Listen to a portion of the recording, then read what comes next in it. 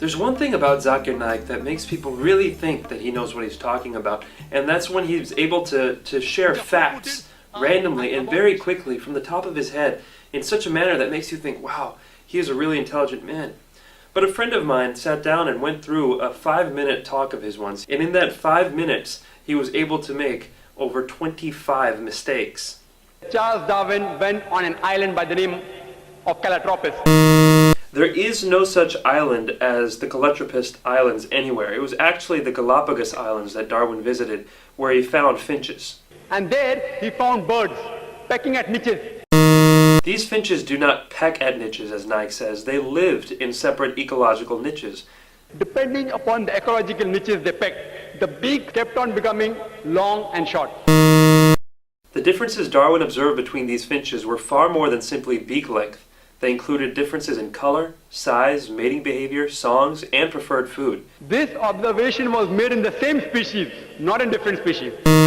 Darwin's observations of varying beaks were made on 14 different species of finches, not just one, as Dr. Naik claims. The beak length actually did not vary within the species. Charles Darwin wrote a letter to his friend Thomas Thompson. All of Darwin's published correspondence is printed and even available electronically online, and it contains no record of anyone named Thomas Thrompton. Charles Darwin himself said that there were missing links. He didn't agree with it. Darwin admitted that there were missing links, but that does not mean he disagreed with his own theory. He simply predicted where the missing links would be found. The reason is because that if you analyze the church was against science previously. The church was never against science. Almost all the great European scientists of Galileo's time, including Galileo, were devout Christians. People like Newton, Copernicus, Kepler, Boyle, Linnaeus, Pascal were all committed believers in the Bible. And you know the incidents that they sentenced Galileo to death. Galileo, a devout Catholic, was never sentenced to death. He was sentenced to life imprisonment on June 22, 1633, and then that sentence was commuted to house arrest. He died more than 8 years later on the evening of January 8, 1642, of old age. Galileo believed that his theories fit with the Bible, and he wrote a book arguing this based on early interpretations of Christians like Augustine. Naik goes on to make the same false statement 2 more times, but let's only count it as one factual error. So all the scientists, most of them, they support the theory because it went against the Bible, not because it was true. Actually, most scientists did not support Darwin's theory for many years, and most of these same scientists revered the Bible. Basically, this account by Dr. Naik is a total fabrication. All the sages, Lucy, there were 4 hominids. Everything Dr. Naik says here is wrong. There is no such word as hominites. He must mean hominids. Science tells us today there are 4 hominids. There are not a mere 4 hominids. There are at least 14. First is Lucy, along with its guide the Australopithecus. There is no such hominid as Dasnopithecus. Lucy was an Australopithecus afarensis, which died about 3.5 million years, the Ice Age. The Ice Age was not 3 1/3 million years ago. It was between 1.6 million years and 10,000 years ago. Then next came the Homo sapiens, who died about 500,000 years ago. Homo sapiens did not die out 500,000 years ago. You and I, and even Zakir Naik, are Homo sapiens.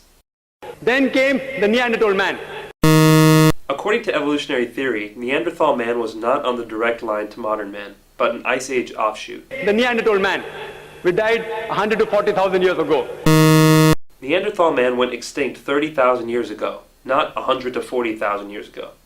Then came the 4th stage, the Cro-Magnon. Cro-Magnon man is the same thing as Homo sapiens, which Naik had mentioned as a different earlier species. There is no link at all between these stages. Actually, evolutionary biologists have found many examples of what they claim to be links between these stages. For example, Homo habilis, Homo ergaster, and Homo heidelbergensis. If you know of Sir Albert Georgi, who got the Nobel Prize for inventing the vitamin C. Georgi didn't invent vitamin C, he discovered it. Vitamin C is a naturally occurring substance that doesn't need to be invented. He wrote a book, The Crazy Ape and Man, against Darwin's theory. Albert said Georgi's book was not called The Crazy Ape and Man, but simply The Crazy Ape, and it was not a refutation of evolution, but a sociological commentary. If you know about Rupert Stalbert, this person wrote a new theory of evolution against Darwin's theory. Who is Rupert Stalbert? I can find no trace of anybody with that name. From the apes. If you know of Sir Frank Salisbury, you are the biologist. Naik quotes one unknown person after another. Who is Sir Frank Salisbury? Again, vigorous searching can find no trace of anybody with that name. But to give Naik the benefit of the doubt, this will not be counted as a factual error. If you know about white meat, Sir White Meat. White meat? Who is Sir White Meat? For the fourth time, no trace can be found of anybody with this name. At lower levels, an amoeba, at lower species level, amoeba can change to paramecia. There is no such thing as paramecia.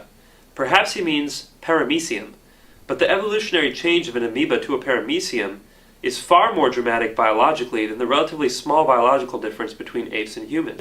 According to Francis Crick, who's authority in this field, he said it is unimaginable. There is no such person as Henses Crick. Naik probably means Francis Crick, the co-discoverer of DNA. Francis Crick believes fully in evolution.